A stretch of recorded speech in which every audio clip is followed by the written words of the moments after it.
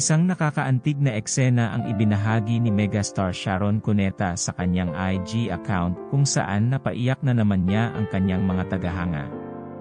Kwento ni Sharon, October 26, isang araw bago ang Dear Heart concert nila ni Gabby, ay sinurpresa siya ni Casey at naging emotional silang mag-ina.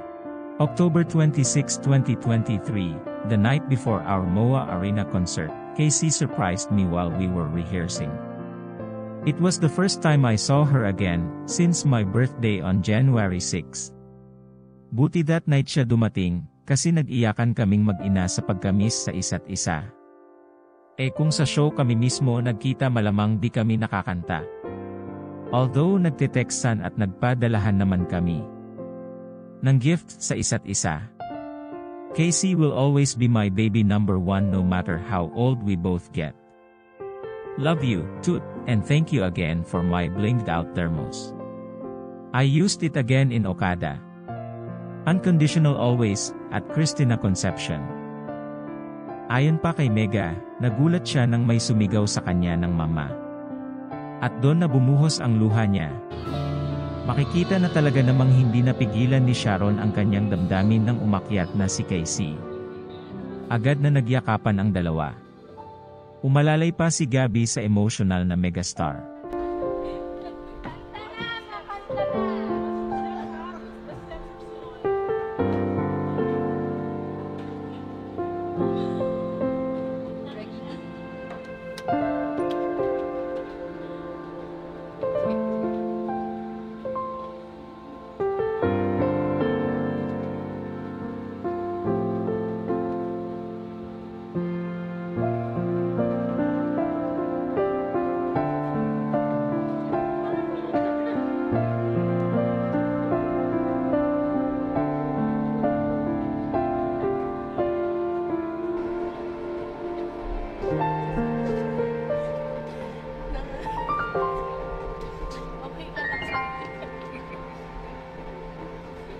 Matatandaan na mainit na naging usap-usapan sa social media ang naging tampuhan nina Sharon at Casey bago pa man ang reunion concert.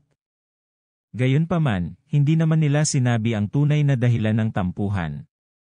Pero base sa mga naging interview ni Casey, ay may mga bagay talaga umanong hindi nila pagkakaintindihan bilang blended family. Narito naman ang mga komento ng mga netizens. Ay teary-eyed din ako. Feeling ko this is really them in true life, a real family. It's hard to get over from this scenario. Love you Palanggas. My heart melts seeing you three so happy. Tears of joy here. Mama Shawi at really Sharon Cuneta, hindi pala ito tapos. Maawa na po kayo sa akin, isang balde na po luha ko. Di ko sila generation, pero bakit kinikilig ako ng sobra? Wah! From day one rehearsal to concert. Till now I love them Conception fam, hindi ko na to kaya. Ang puso ko umaapaw sa saya. Ang sarap niyong makitang magkakasama.